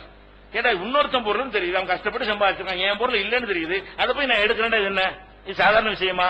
அப்ப இவனை எப்படி சும்மா விடுறது? இவனை அப்ப உழைச்சி கஷ்டப்பட்டு சம்பாதிக்கிறவன் இவனு சமமா? அந்த மாதிரியான ஒரு அடிப்படையில் சிந்தித்து பார்த்தார்களே. ஆனால் இது நம்ம நாட்டு சட்டம், நம்ம நாட்டில் உலகத்தினுடைய எல்லா நாடு சட்டமும் டோட்டல் ஃபெயிலியர். எங்க எல்லாம் கடும் தண்டனை இருக்கிறோம். இஸ்லாமிய நாடுகள்லயும் குறைவாக இருக்கு இந்த திருட்டு குற்றங்கள். கடும் தண்டனை தரக்கூடிய சைனாவுல, சிங்கப்பூர்ல போய் பார்த்தாலும் அங்க என்ன இருக்கு? இந்த மாதிரியான குற்றங்கள்லாம் குறைவாகத்தான் இருக்குது மற்ற நாடுகள் ஒப்பிடும்போது. நம்ம நாட்டில் இந்த மனித உரிமை கட்டிக்கிறாங்க, இந்த மாதிரியான மனித உரிமை கிறுக்கங்க இருக்கக்கூடிய நாடுகள்ல தான் அதிகமா குற்றங்கள் நடந்து கொண்டே இருக்கிறது. அப்ப இதை நம்ம பார்க்கிறோம். அதே மாதிரி இந்த திருடுறதுங்கிறது விட்டுருங்க, அது உயிருக்கு உயிர் மார்க்கம் இருக்கு பாருங்க. அதுல என்ன சொல்லுது இஸ்லாம்? என்ன சொல்லுது? யா அய்யுஹல்லதீன ஆமனூ, முஃமின்கள் நம்பிக்கையாளர்களே, குத்திப அலைக்குமுல் கிஸாஸ் பில் கத்லா, கொல்லப்பட்டவர்களுக்காக அதே மாதிரி கொலை தண்டனை நிறைவேற்றுவது உங்களுக்கு கடமையாக்கப்பட்டு விட்டது. திருக்குர்ஆன் என்ன சொல்லுது? கொலை செஞ்சான்னு சொன்னா அவனுக்குரிய தண்டனை என்னதான்? கொலையை தவிர வேற ஒண்ணும் கிடையாது. கொலைகாரனுக்கு என்ன செய்ய முடியாது? வேற ஆயுள் தண்டனை அல்ல 10 வருஷம் ஜெயிலு 12 வருஷம் ஜெயிலு அதெல்லாம் சரிப்பட்டு வராது. கொலைகாரன்டா என்ன நம்ம பார்க்கணும்? இவன் உயிரை எடுக்கிறோமேன்னு பார்க்க கூடாது, இவன் ஒரு உயிரை எடுத்தானு பார்க்கணும். அந்த உயிர் என்னுடைய உயிரா இருந்தால் என்னன்னு பார்க்கணும். அந்த உயிர் என் பொண்டாட்டி உயிரா இருந்தா, என் புருஷன் உயிரா இருந்தா, எங்க அப்பா உயிரா இருந்தா, எங்க ஆத்தா உயிரா இருந்தா, எங்க அண்ணன் உயிரா இருந்தா, எங்க தம்பி உயிரா இருந்தா நான் என்ன செய்வேன்? அந்த மாதிரி சிந்தித்து பாரு. என்ன செய்யணும்? எங்க அண்ணனை கொலை பண்ணி நான் கொள்ளுவேன். அதான் நீதியா இருக்கிறது. இன்னைக்கு நீங்க பாக்குறீங்களே, ஒருத்தனை கொலை பண்ணி போடுவான், கொலை பண்ணி போட்டு ஜெயில கொண்டு அடைச்சிருவாங்க. கொலைக்கு என்ன தண்டனை? ஆரம்பத்தில் ஒரு 90 நாள் உள்ள வைப்பாங்க, ஜாமீன் கொடுக்க மாட்டாங்க. கொலைகாரனுக்கு கொலை கேஸ் போட்டாங்க, என்ன செய்வாங்க? திருநாட்டு போட்டாங்கன்னா ஒரு 90 நாளைக்கு ஈஸியா ஜாமீன் கிடைக்காது. 90 நாளைக்கு பிறகு ஜாமீன்ல விட்டுறலாம் உங்களை. இந்த 90 நாள் முதல் போய் இருக்கிறீங்க அவ்வளவுதான். 90 நாளைக்கு பிறகு என்ன செய்யலாம்? நான் வழக்கு முடிகிற வரைக்கும் இவரை நம்பி நாங்கள் வெளியே விடுறோம், கேஸ் நடக்கும், இவரை நம்பி நாங்கள் வெளியே விடுறோம். அரசாங்கம் நினைச்சு ஜாமீன்ல பொறுப்புல அவர் பொறுப்புல வெளியே விட்டுருவாங்க. வெளியே விட்ட உடனே அந்த கேஸ் எப்ப நடக்கும்? ஒரு 8 வருஷம் விசாரணைக்கு வர 8 வருஷம் ஆகும். நம்ம நாட்டு சட்டப்படி இந்த கொலை வழக்கு விசாரணைக்கு வர எவ்வளவு ஆகும்? 8 வருஷம் 10 வருஷம் ஆகும். கேஸ் வாய்தா போட்டு இருப்பாரு. சரி வாங்கடா அந்த கொலை நீங்களப்பா கூப்பிட்டு பாவன அப்படின்னு சொல்லி அன்னைக்கு தான் என்ன செய்வாங்க? விசாரணை ஆரம்பிப்பாங்க. ஆரம்பிச்சா என்ன ஆயிரும்? ஒரு கொலை நடந்தவன விசாரிச்சா அவனுக்கு யாவும் இருக்கும், சாட்சி சொல்லுவான். சாட்சி லண்டன் போயிருப்பான் ஒரு சாட்சி அல்லாட்ட போய் சேர்ந்திருப்பான். 8 வருஷத்துக்கு இடையில பார்த்து நேரடியா பார்த்த சாட்சி, ஒரு சாட்சி மிரட்டிருப்பான், பயந்துட்டு மாட்டேன்ருவான், நான் பார்க்கவே இல்லைன்றுவான். அந்த சூட்டோட இருக்கக்கூடிய அந்த உணர்வுகள் நாளாக மங்கி போயிடணும். அப்ப அதுக்கப்புறம் போட்டு இவன் தான் கொலை செஞ்சான இவன் மாதிரி தான் தெரிஞ்சிச்சான வேற மாதிரி இருக்காரு இப்ப அப்படின்றான். அப்படி சொல்ல முடியாது கோர்ட்ல. அப்படி சொல்லிட்டான்னு வைங்களேன், அவனை தண்டனை இல்லைன்னு ஆகி போயிடும். அதுக்கெல்லாம் நீதி விசாரிச்சுட்டு இருப்பாரா? இப்படியே சவு மாதிரி 7 வாய்தா போட்டான், அவன் வரமாட்டான், ஒரு வயதுக்கு இவன் வரமாட்டான், இப்படி இருந்துகிட்டு இருக்கும்போது இவனத்தைக்கு கும்பகோணத்தை திருச்சி மாத்திடுவாங்க நீதிபதியை. வேற ஒரு நீதிபதி வருவாரு. அந்த போலீஸ் நடத்துற போலீஸ் வழக்கு நடத்தின அந்த இன்ஸ்பெக்டரை மாத்தி விட்டுருவாங்க. வேற இன்ஸ்பெக்டர் இருப்பாரு. அவர் ஆரம்ப கேஸ் ஆரம்பத்தில் படிப்பாரு. ஆரம்ப கேஸ் படிச்சு புதுசா ஃப்ரெஷ்ஷா போகணும். அவருக்கு என்னன்னு தெரியாது. சம்பவம் நடக்கும்போது இருந்த இன்ஸ்பெக்டரா இருந்தா சீக்கிரம் சொல்லிக்கல, அவனுக்கு யாரை பிடிக்கணும், எங்க பிடிக்கணும், அவன் எங்க இருக்கான்னு எல்லாம் தெரியும். இவர் பூசா அந்த சாட்சி எங்க இருக்கிறான், இந்த சாட்சி எங்க இருக்கிறான்னு சொல்லி பூசா விசாரிக்குவாரு. அப்ப இவர் கண்டுபிடிக்கவே இல்லை முக்கால்வாசி ஆட்களை. அவன் வேற மாதிரி. அப்புறம் நீதிபதி என்ன செய்வாரு? என்ன கேஸ் பழைய கட்டெல்லாம் பார்க்க டைம் இருக்காது. சொல்லுங்க ஆரம்பிச்சு சொல்லுங்க பாம்பாரா. அவங்க மறுபடியும் ஆரம்பிப்பாங்க. இப்படியே போய்கிட்டு இருந்தா அது 25 வருஷம் ஆகுது. 25 வருஷம் பேர் என்ன ஆயிரு? சாட்சியம் இருக்க மாட்டான், நிரூபிக்கவும் முடியாது. அதனால எந்த ஒரு ஐ விட்னஸ் கிடையாது. அதனால இவர்களுக்கு நேரடியாக பார்த்த ஒரு சாட்சிகள் இல்லாத காரணத்தினால் இவரை விடுதலை செய்கிறேன். அதாவது ரொம்ப பயங்கரமா மக்கள் எதிர்ப்பு வரக்கூடிய ஒரு சம்பவங்களா இருந்தால் மாத்திரம் நீதிபதிகள் அப்படி தீர்ப்பளிக்கிறது வேகமா முடிச்சிடுறாங்க. அரசாங்கமும் சிறப்பு நீதிமன்றத்தை அமைச்சு சீக்கிரம் என்ன செஞ்சிருவாங்க? குண்டு வெடிப்பு இந்த மாதிரி இருக்குன்னு வைங்களேன், சாதா கோர்ட்ல கொண்டு போக மாட்டாங்க. அவங்க 1000 வழக்குல ஒரு வழக்கா இருந்தா இது 20 வருஷம் 30 வருஷம் ஆயிரம் விசாரணைக்கு வர்றதுக்கு. இதுக்கு மட்டும் விசாரிக்கிறது வேலை, ஒரே டியூட்டி. ஒரு நீதிபதியை நியமிப்பாங்க. இவர் வேலையே என்னது? இந்த கேஸ் தான் விசாரிக்கணும். அப்படிங்கிற கேசுகள்ல வேண்டுமானால் 2 வருஷம் 3 வருஷம் 5 வருஷம் தீர்ப்பளிப்பாங்க. மீதி உள்ள எல்லா வழக்குகளுமே இந்த மாதிரி 90 வருஷம் உள்ள இருந்து வர்றான் பாருங்களேன். அந்த ஜாமீன் விசாரணை கைதியாக, தண்டனை கைதி இல்ல, விசாரணை கைதியாக இருந்து என்ன செய்யறான்? 90 நாள் இருந்து வெளியே வர்றான்ல, அதான் அனுபவிக்கிற தண்டனை சொல்ல வேண்டியிருக்கு. அதுக்கு பிறகு என்னது? அந்த பயத்தை காட்டியே பல கோடிகள் அவன் சம்பாதிச்சிருக்கான். கொலை செஞ்சுட்டு உள்ள போயிட்டு வந்திருக்காருல, கொலை செஞ்சுட்டு போயிருக்காரு, சாதாரண விஷயமா செஞ்சிருக்காரு. அப்ப அந்த மாதிரி கொலை செஞ்சுட்டு போனவர் அது கிரேட் கூட தானே. அந்த மாதிரி அதை காட்டி கட்ட பஞ்சாயத்து அது இதுன்னு பெரிய லெவல்ல ஒரு பெரிய ஹீரோவாய் தாதாவாயி கடைசியில் நாடாளுமன்ற எம்பியாவும் ஆயிருவான். சிரிக்கையில் ஆயிருக்கிறாங்க. கிரிமினல்கள்ல இந்த கொலை இந்த மாதிரி கேஸ்ல உள்ள பல பேரு எம்பி ஆகிறது எதை வச்சுக்கிறீங்க? ஒரு கொலையில இருக்கும்போது பிச்சைக்காரன் நடந்திருப்பான். ஒரு கொலை செஞ்சிருப்போம், வந்த பிறகு அந்த கொலை செஞ்சதையே ஒரு கிரெடிட் ஆக்கி அதையே தன்னுடைய பிளஸ் பாயிண்ட் ஆக்கி என்ன செய்வான்? மிரட்டல், கந்து வெட்டி, அது என்ன வேண்டாலும் செய்வான். அப்ப இவங்க கொலைகாரன் எல்லாம் பயப்படுவாங்க. இவன் போனா குத்தி 100 கொலை பண்ணிடுவான், ஜெயிலுக்கு போது பயப்பட மாட்டான் அப்படின்னு பயந்து இருந்தோம்னா பல கோடிக்கு அதிபதி ஆயிருவானா. அப்படி கட்சியில மெம்பர் ஆகும். அப்புறம் அவனை பார்த்துக்கிட்டு நான் தான் செயலாளர் ஆவான், நான் தான் மாவட்டமா, அப்புறம் நான் எனக்கு சீட்டு கொடுக்கணும் உணவு போட்டு தள்ளிடுவேன். இப்படியே என்ன செய்வான்? எம்பி எம்எல்ஏ இப்படி ஆயிடுவான். அப்ப சமூக விரோதிகள் தான் அதிகமாக இருக்கிறார்கள். என்ன செய்யுது? நாடாளுமன்றத்தில் அறிக்கை தாக்கல் பண்ற அளவுக்கு அதுக்கு கமிஷன்கள்லாம் போடப்படுற அளவுக்கு நிலைமை என்ன செய்யறது? தேர்தல் கமிஷனே அதுக்கு தனியா உத்தரவுலாம் போடுது. கிரிமினல்கள் போட்டியிடக்கூடாது தேர்தலில். கோர்ட்டே இப்ப தீர்ப்பளிக்குது. அந்த அளவுக்கு ரொம்ப முத்தி போய் விட்டதுன்னா காரணம் என்ன? கிரிமினலா இருக்கிறவங்க என்ன செஞ்சீங்க? அதுக்குரிய தண்டனை கொடுக்கணுமா இல்லையா? இஸ்லாத்துல அந்த விளையாட்டே கிடையாது. கிசாஸ்னா என்னது? அல்லாஹ் எப்படி சொல்றான் பாருங்களேன். وَكَتَبْنَا عَلَيْهِمْ فِيهَا أَنَّ النَّفْسَ بِالنَّفْسِ وَالْعَيْنَ بِالْعَيْنِ ஒல் அன்ப பில் அன்பி ஒல் உதுன பில் உதுனி ஒல் சின்ன பி சின்னி ஒல் ஜுர்ஹ கிசாஸ். அல்லாஹ் என்ன சொல்றானா அன் நஃப்ஸ பின் நஃப்ஸ், உயிருக்கு உயிர். நம்ம சட்டம் என்னன்னு கேட்டா உயிரை எடுத்தியா உன் உயிர் எடுக்கப்படும். ஒல் ஐன பில் ஐன், கண்ணை எடுத்தியா உன் கண்ணை எடுப்போம், அரசாங்கம் எடுப்போம். ஆளாளுக்கு எடுத்து போயிடக்கூடாது. நீ பாட்டு கண்ணை குத்தி நீ போய் குத்திடக்கூடாது. கவர்மெண்ட் கூட அரசாங்கம் பாத்துக்கணும், நாங்க செய்வோம் அதை. ஒல் ஐன பில் ஐன், கண்ணுக்கு கண்ணு. ஒல் அன்ப பில் அன்பி, மூக்குக்கு மூக்கு, மூக்கு அறுத்தா உன் மூக்கு அறுப்போம். ஒரு உதன பில் உதனி, ஒருத்தன் காதை அறுத்தால் அவன் காதை அரசாங்கம் மறுக்கும். ஒரு சின்ன பி சின்னி, பல்லுக்கு பல், ஒருத்தன் பல்ல உடைச்சினா உன் பல் அதே பல்ல உடைப்போம், நாங்க அரசாங்கத்தில் செய்வோம். ஒல்ஜுரோக்கு சாஸ், காயங்களுக்கு அதே மாதிரியான காயம். இங்க வெட்டினியா ஊர் அழிய வச்சு அதே மாதிரி ஒண்ணு வெட்டுவோம், அதே மாதிரி காயத்தை ஏற்படுத்துவோம். 10 சவுக்கடி ஒருத்தன் கொடுத்தியா மக்கள் மத்தியில் வச்சு உன்னை மக்கள் வந்து நிப்பாட்டி அதே மாதிரி 10 சவுக்கடி கொடுப்பேன். இந்த மாதிரியாக செய்வதுதான் இது சரியான உங்களுக்கு கடமையாக்கி இருக்கிறோம் நல்லா சொல்லி காட்டுறான். முந்தைய சமூகத்துக்கும் யூதர்களுக்கும் கடமையாக இருந்தது, முந்தைய வேதங்களில் சொல்லப்பட்டிருக்கிறது, நமக்கும் அதுதான் நல்ல சட்டமாக்கி இருக்கிறான். இது எவ்வளவு நல்லது. இது உயிருக்கு உயிர் என்பது நல்ல சட்டமா, உயிரை கொன்றால் கூட ஒண்ணு இல்லைங்கிறது நல்ல சட்டமா? அதனால கொலை ஜாஸ்தியா நடக்கிறது. அப்ப கொலை செய்யறான், கொலை செய்யறவனுக்கு ஒண்ணும் இல்லைங்கிற அளவுக்கு இன்னைக்கு ஆகிவிட்டது. திருட்டுக்காவது சீக்கிரம் தண்டனை கொடுத்துறாங்க, கொலைக்கு ஒண்ணுமே கிடையாது. பெரிய தண்டனை கொடுக்கிற காரணத்தினால் ஐ விட்னஸ் இல்ல. அதுலயும் பல கொலையாளிகளுக்கு தூக்கு தண்டனை கொடுக்கறது இல்ல. நம்ம நாட்டில் தூக்கு தண்டனை சட்டம் இருக்குது, மற்ற நாடுகளை எடுத்தது போல எடுக்கப்படவில்லை. அதனால அப்சல் குறைந்த மாதிரி ஆளுக்கு தூக்கு போடுறாங்க, வேண்டப்படாத கரெக்டா போட்டுருவாங்க. அப்ப தூக்குங்கிற ஒண்ணு சட்டம் நம்ம நாட்டில் இருக்கிறது. இருந்தும் கூட இந்த கொலையாளிகளுக்கு தூக்கு தண்டனை விஷயத்துல அந்த ஓட்டையாருக்கு இந்த ஓட்டையாருக்கு தூக்கு அளவு கொடுக்கல, வேண்டாம் ஒரு 10 வருஷம் ஜெயில் தண்டனை கொடுக்கறோம் அப்படிங்கிற அளவுக்கும் கொலையாளிகளுக்கு ஆயுள் தண்டனை இந்த மாதிரி குறைஞ்சபட்ச தண்டனையாகவும் கொடுக்கறது உண்டு. நீதிபதி மனசை பொறுத்த விஷயம், நினைச்சா தூக்கும் பாரு, நினைச்சா என்ன செய்வாரு ஆயுளும் பாரு, அவர் நினைக்கிற மாதிரி ஒன்று செஞ்சு கொள்ளலாம். அந்த மாதிரியாக இருக்கக்கூடிய ஒரு நிலையில எப்படி கொலை குறையிலேயே பாக்குறவன் குறையும் தத்துவம் வருடத்துக்கு நாங்க பேசல. அந்த சட்டம் குறைத்து இருக்கிறதா? அந்த சட்டத்தை நிறைவேற்ற உழவு போலீஸ் எல்லாம் வச்சிருக்கீங்க, அந்த சட்டத்தை நிறைவேற்ற நீதிபதி எல்லாம் வச்சிருக்கீங்க, அதுக்கு தானே ஜெயிலாம் கட்டி வச்சிருக்கீங்க, அந்த சட்டப்படி தானே பிடிச்சி தண்டிக்கலாம் செய்யறீங்க. அதிகமாவது என்ன காரணம்? பண்படங்கு கூடிக்கிட்டே இருக்குது. ஒவ்வொருத்தரும் பயந்து பயந்து வாழக்கூடிய நிலைமையாவும் இருக்கிறது. பட்ட பகல்ல வெளியே போக முடியாதுங்கிற அளவுக்கு நிலைமை மாறிக்கிட்டே இருக்கிறது. ராத்திரில போக முடியாதுங்கிறது போக பட்ட பகல்ல மனிதன் வெளியே நடமாடுவதற்கு பயப்பட வேண்டி இருக்கிறது. இந்த மாதிரியான ஒரு நிலைமை இருக்குதுன்னு பார்க்கும் பொழுது டோட்டல் ஃபெயிலியர் நடந்தா இல்லையா? இவர்களுடைய சட்டம் ஒட்டுமொத்தமாக ஃபெயிலியர் ஆகிவிட்டது. அதே நேரத்தில் என்ன செய்யறாங்க? இதை விட கொடுமையிலையும் கொடுமை. ஒருத்தன் எங்க தகப்பனார கொண்டுட்டான்னு வைங்க, கொண்டா என்ன செய்யணும்? எல்லாம் கன்ஃபார்மா நிறுவனமாய் இவன் தான் செஞ்சான்னு செஞ்ச பிறகு அவனுக்கு தூக்கு தண்டனை கொடுக்குறாங்க, மரண தண்டனை கொடுத்துறாங்க.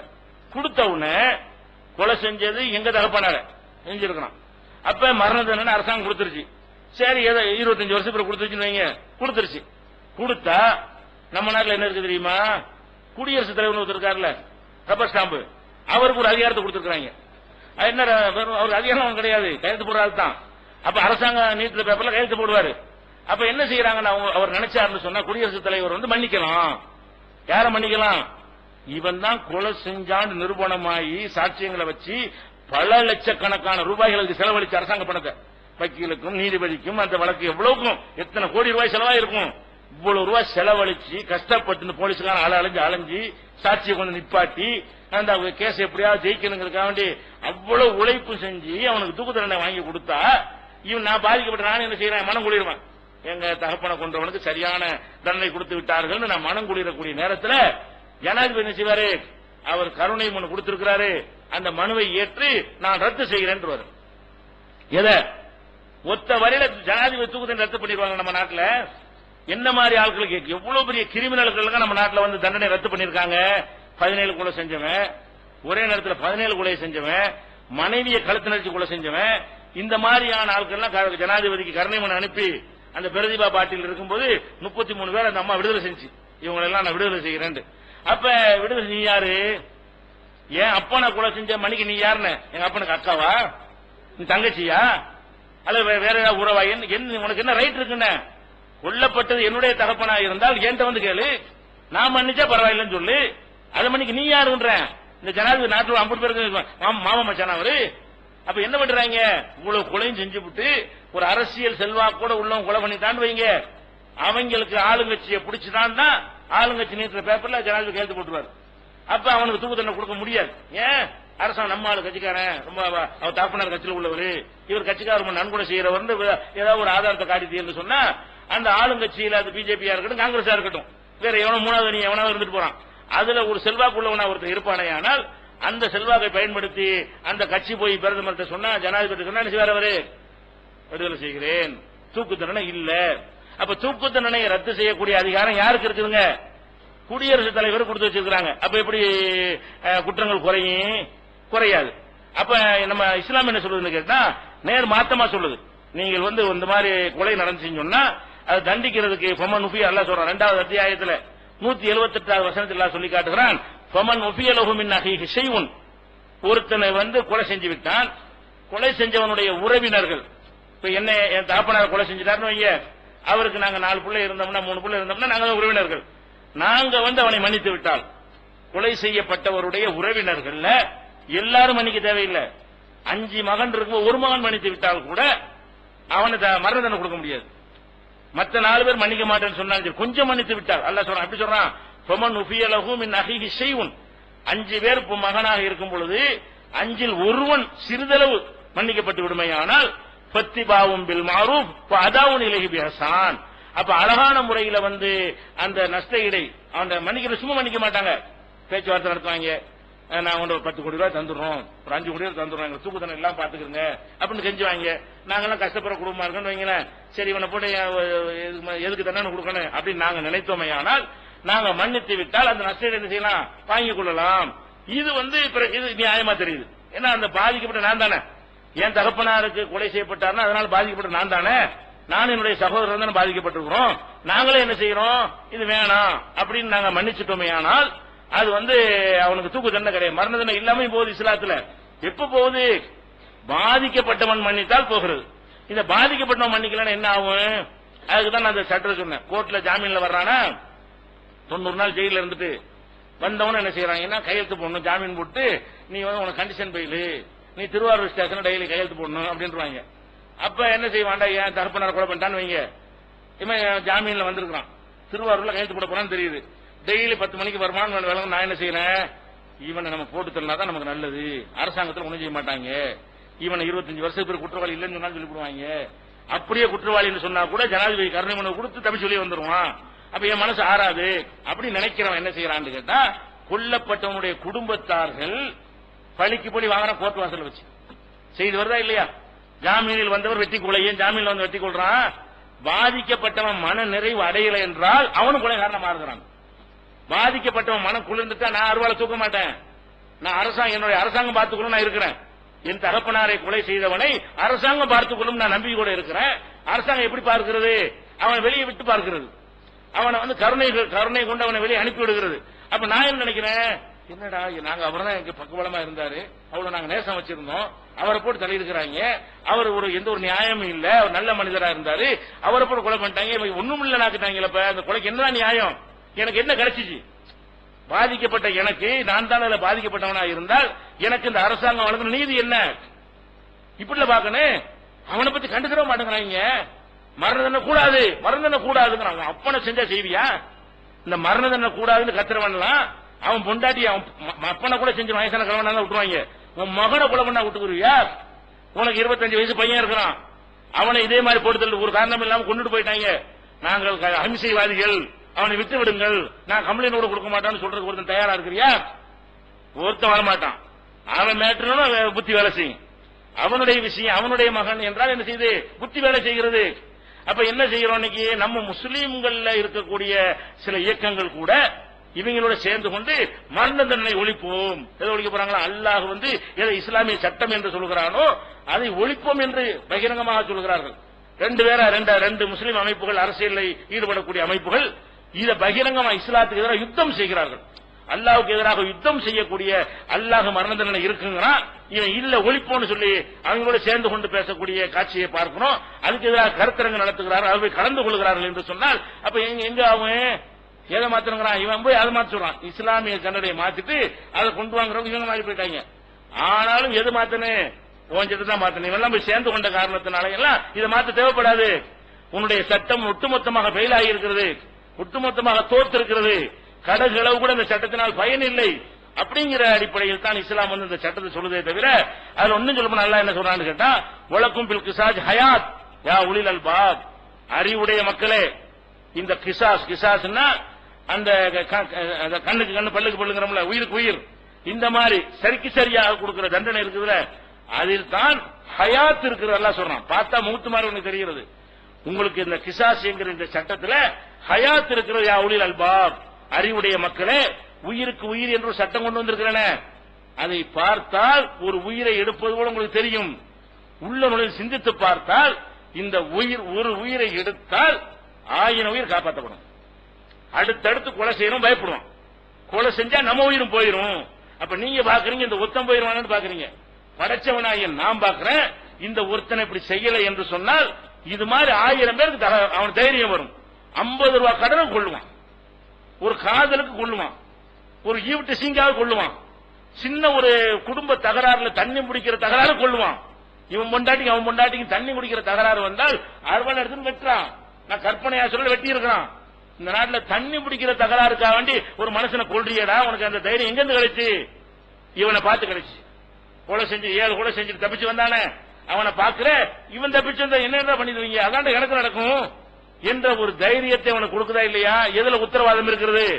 இதெல்லாம் ஹயாத் இருக்கு. அல்லாஹ் என்ன சொல்றான்? வலக்கும் பில் கிசாஸ் ஹயாத் யா உலில் அல்பா, அறிவுடைய மக்களே, உங்களுக்கு இந்த கிசாஸ் என்கிற சட்டத்திலே தான் உங்களுக்கு உயிருக்கு உத்தரவாதம் இருக்கிறது.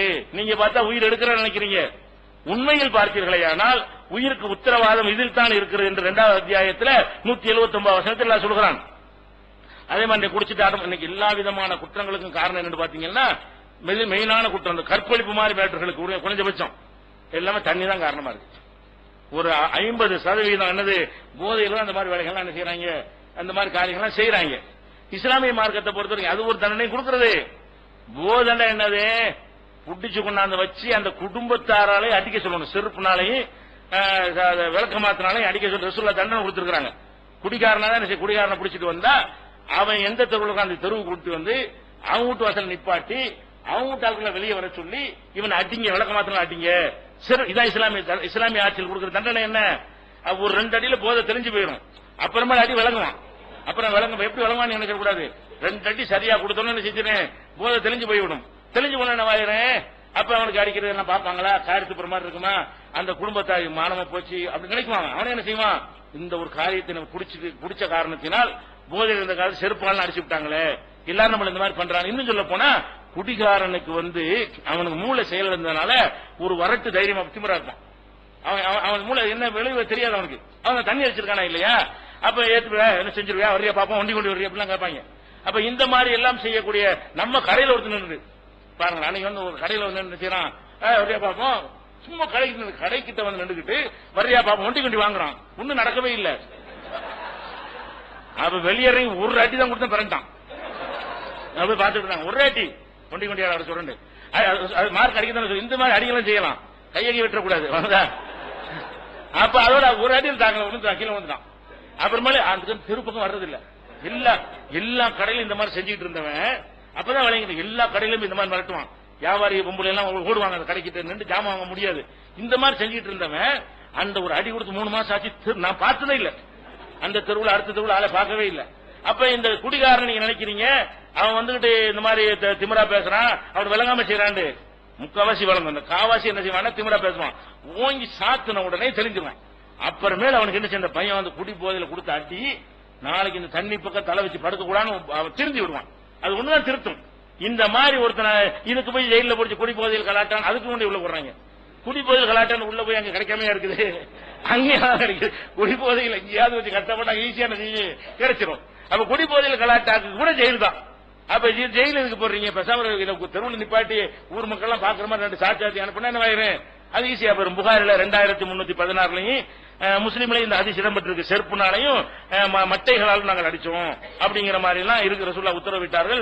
அந்த வீட்டு ஆட்களை வந்து அடிக்க சொன்னாங்களாம். அவன் முண்டாட்டி எல்லாம் மூலம் வந்து அடிக்கணும், ஊருஞ்சேர்ந்து அடிக்கணும். அந்த மாதிரி செருப்பால் அடிக்க சொன்னா திருடுவானா, போதையில தண்ணியில மிதப்பானா? அப்ப தண்ணியில மிதந்து அவன் நினைக்கிறான், தண்ணியில மிதந்தா மக்கள் பயப்படுவாங்கன்னு நினைக்கிறான். பயப்பட மாட்டாங்க, அடிப்பாங்கன்னு பாயிண்ட் விளங்க உங்களுக்கு. நம்ம தண்ணி அடிச்சோம்னா நமக்கு எல்லாரும் பயப்படுவான் அப்படி அவன் நினைக்கிறான்.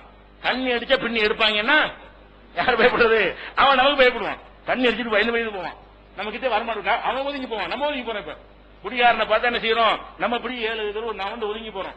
அப்படி வரக்கூடாது என்பதற்கு மார்க்கம் சொல்லி தருது, நீ அவனுக்கு பயப்படாத, நீ அவன் உனக்கு பயப்படுற மாதிரி யாருக்கும் குடிக்க மாட்டான் என்ற அளவுக்கு ரசூல் ஸல்லல்லாஹு அலைஹி வஸல்லம் என்ன செய்யறாங்க, நம்ம மார்க்கத்தில் சட்டத்தை செஞ்சு இருக்கிறார்கள். இது மாதிரியான தண்டனைகள் வந்தா குடியே நின்று போயிரு. இவங்க நிறுத்துவானா, அரசாங்கத்தில் திறந்து வச்சு குடிக்கவான்னு கூப்பிடுறான்.